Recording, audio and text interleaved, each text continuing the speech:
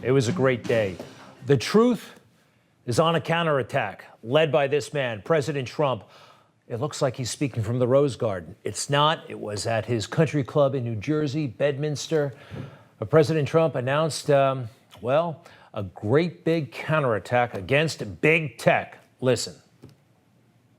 Today, in conjunction with the America First Policy Institute, I'm filing as the lead class representative a major class action lawsuit against the big tech giants, including Facebook, Google, and Twitter, as well as their CEOs, Mark Zuckerberg, Sundar Pichai, and Jack Dorsey.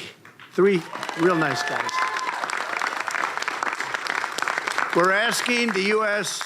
District Court for the Southern District of Florida to order an immediate halt to social media companies' illegal, shameful censorship of the American people, and that's exactly what they are doing.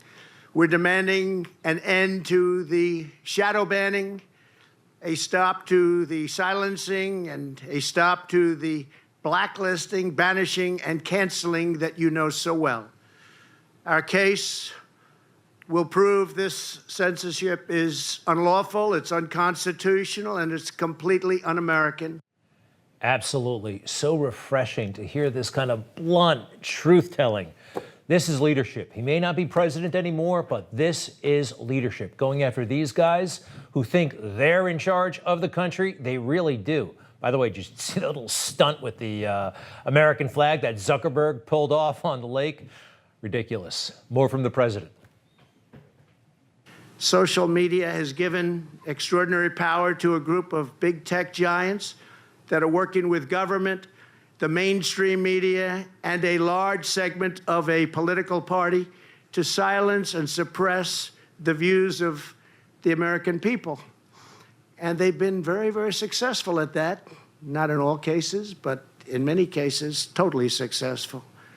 While the social media companies are officially private entities, in recent years, they have ceased to be private with the enactment and their historical use of Section 230, which profoundly protects them from liability. Section 230, that is a key point here. Professor Alan Dershowitz will be here shortly to break it down for us, but so true. And the impact this had on the last election. There was such amazing reporting out there about Hunter Biden, the laptop, but it was censored. It was kept from us. More from the president. In recent years, we have also seen increasing coordination between big tech giants and government agencies such as the Centers for Disease Control. Where so much was wrong, so many things could have been different, but big tech happened to choose the wrong side, and they banned the right side. For example, YouTube's policy explicitly forbids contradicting, quote, health authorities. You know the health authorities. Yeah, the health authorities often get it wrong, right? Whatever happened to a second opinion? Everybody knows that. You can get a second opinion. You don't need to talk to one doctor, you get a second opinion.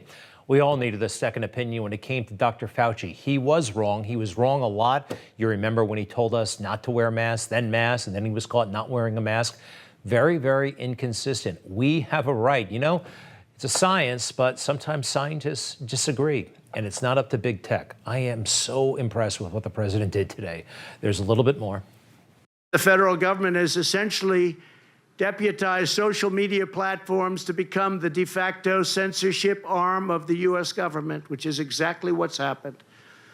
This was especially clear during the pandemic when social media giants began censoring information according to guidance by the CDC, which, as we now know, was very often incorrect or wrong. Wrong indeed. Hydroxychloroquine. Reasonable people can disagree about these matters, and it's okay to disagree in public. We needed this, folks. We needed this, and I think we're going to win. Keep going.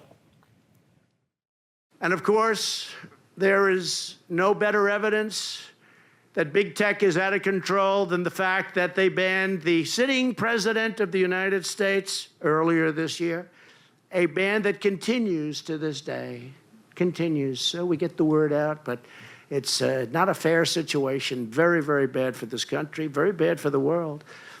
If they can do it to me, they can do it to anyone. And in fact, that is exactly what they're doing. They are doing it all the time. How about that? They tried to at least cancel him, taking him off of Twitter. You think this was done on the merits? No, this was done politically. They're afraid of him.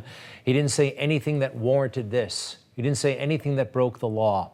You know, he's got a great team of attorneys with him. Some of these guys took on big tobacco back in the 90s. This is real. This is going to happen. This could be great. You have to understand that we can't let this happen because, you know, for all you out there who are Democrats and liberals or whatever you are, you're next. Now it's the conservatives, but as history shows us, it will turn maybe 5 years from now, maybe 3 months from now, maybe 10 years, but you're next. So I would urge people from the other side of President Trump's political party to join us because you can't have this going on.